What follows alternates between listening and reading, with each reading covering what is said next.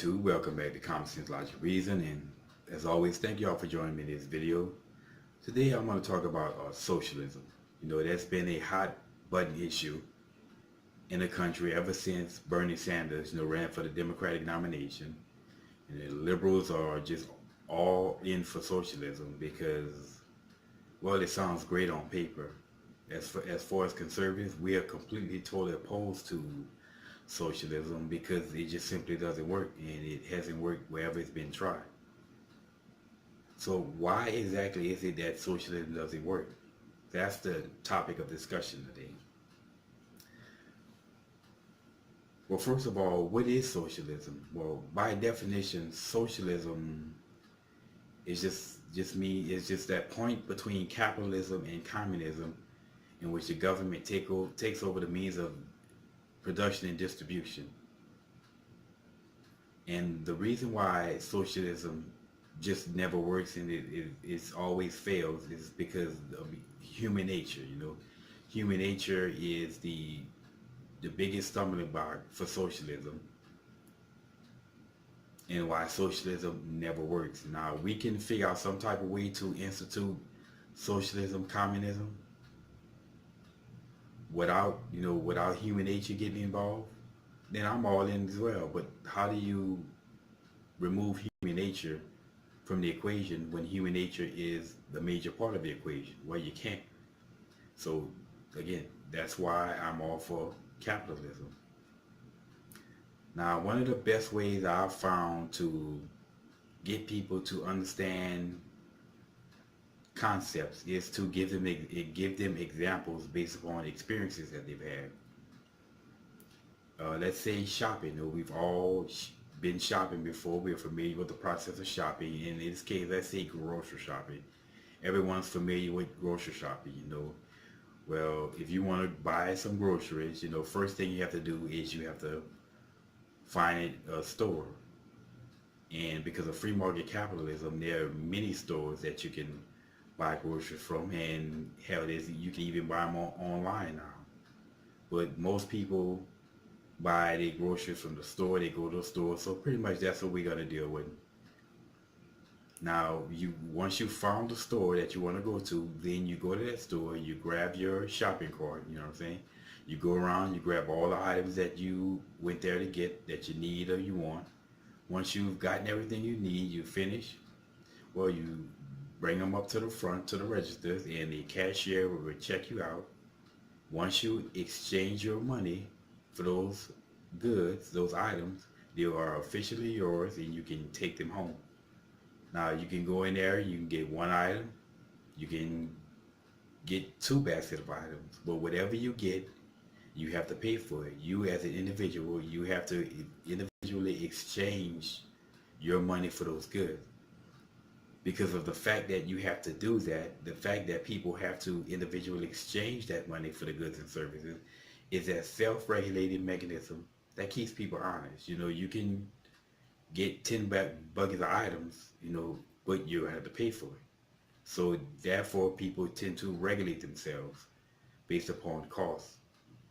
Now, let's say that we institute a single-payer grocery system. In this case, the government takes money out of everybody's pay period the same way they do with Social Security. And it could be based upon the number of family members in your household, but more than likely, it's going to be based off of income.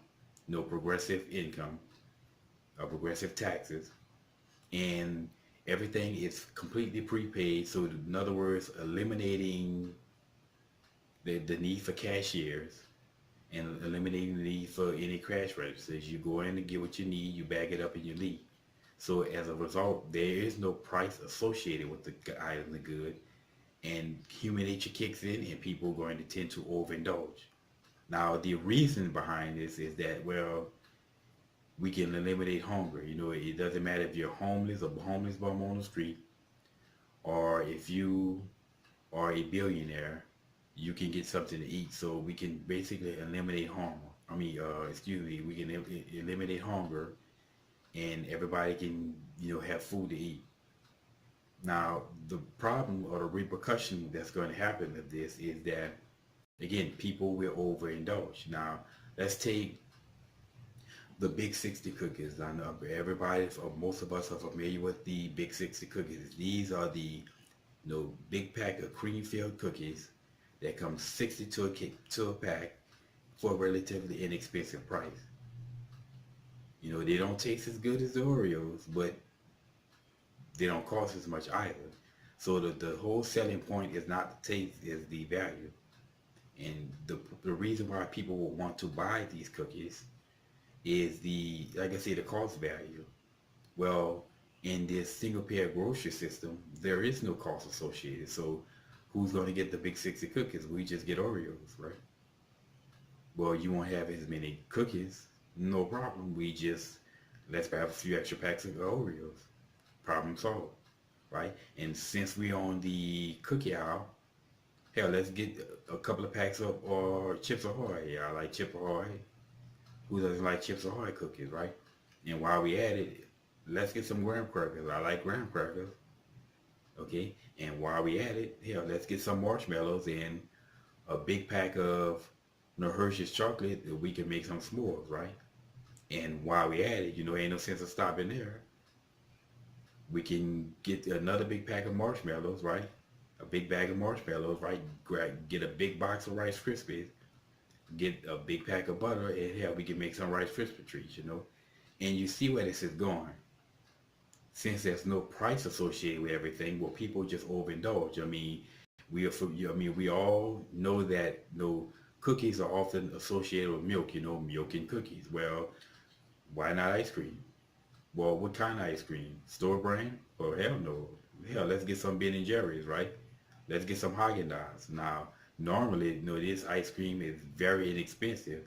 Damn near $4 or $4 plus for just a little pint of ice cream. But there's no price associated with everything. Everything is prepaid. So hell, we get Ben and Jerry Haagen-Dazs. What flavors? Well, we just get a bunch of different kinds. So we can have a bunch of different choices. It's not costing you anything extra. Now, the net result of this is that people are going to start taking more items. They're going to start getting and taking more items on average than the amount of money that people are paying in their taxes on average. As a result, well, the government's not going to have enough money to support this system. So the first initial response will be, we need to take more taxes out of people's check, and we need to limit what they can get. Now, this won't be very politically correct because the individual will feel this. The government takes more money out of your check in taxes. Where you see that, you feel that. If the government limits what you can get, you're going to feel that. So it's going to be that basically there won't be very much incentive to basically put the onus on the individual, even though they will to a certain extent. But the individuals, they don't see the interaction between the government and the grocery stores, right?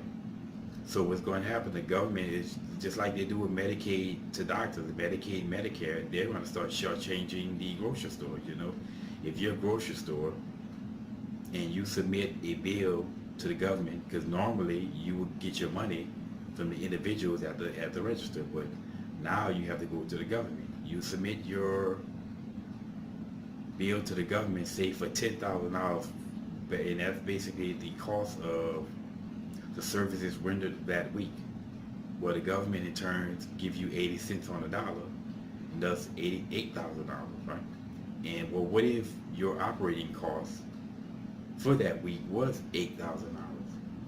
That means that you're not making a profit. So, what happens to businesses if they don't make profits? Well, they go out of business. And that's going to happen all throughout the chain, from the beginning to the end result of getting those goods on the shelf. Businesses are going to start dropping out because the government is not giving them enough money to pay their bills. So they're going to go out of business. And as these companies start going out of business and dropping out of it, the government is going to have to take up the slack. And thus we're going to have a federal government, a government that knows absolutely nothing at all about the grocery business, running the grocery business. So you can imagine the efficiency, the government with all their efficiency or lack thereof. And what's going to happen? You're going to see mass shortages of goods.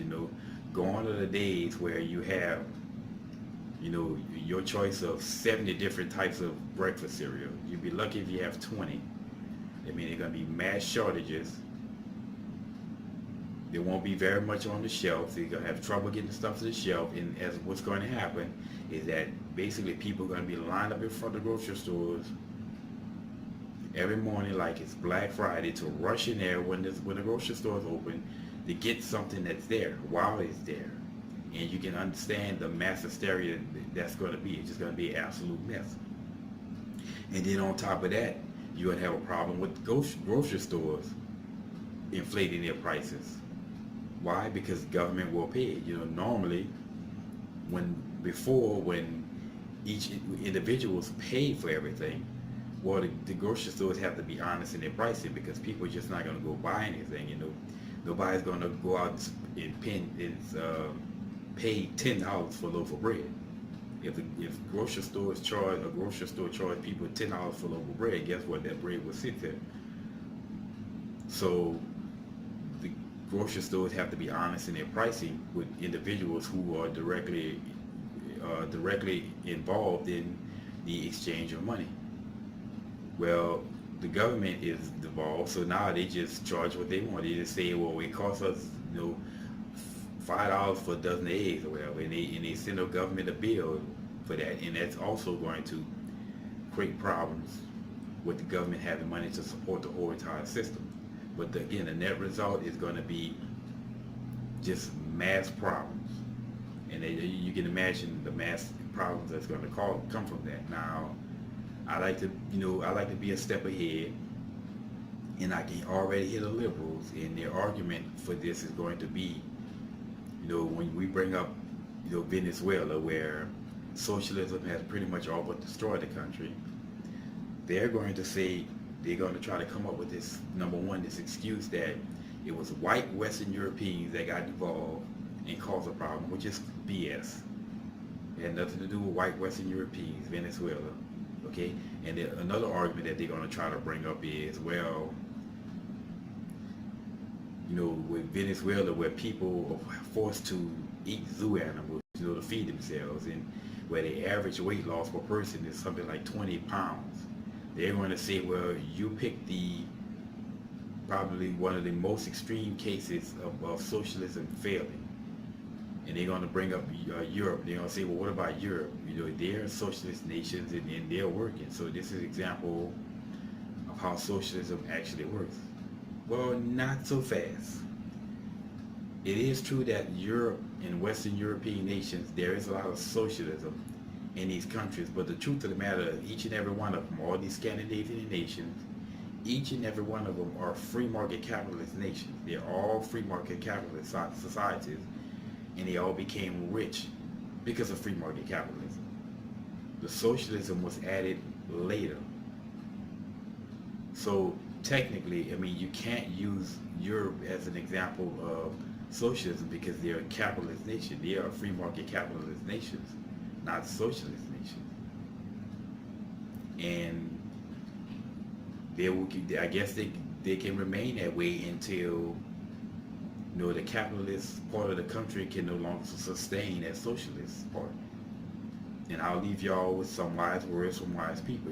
Margaret Thatcher said, former Prime Minister of UK said that socialism is great until you run out of other people's money. Winston Churchill said that if you're not a socialist when you're young, you don't have a heart. If you're still a socialist when you're older, you don't have a brain. Wise words. And that explains a lot. That's why these college students, these young college students in college that have never experienced anything are all Bernie Sanders nuts, and who are all in for socialism because they don't have any experience with anything. Now, capitalism is the best form of government on the face of this planet with all its flaws, and of course it's not perfect. Capitalism is not perfect, but it's the best thing that we got on this planet until Jesus comes back. And as always, y'all, until next time.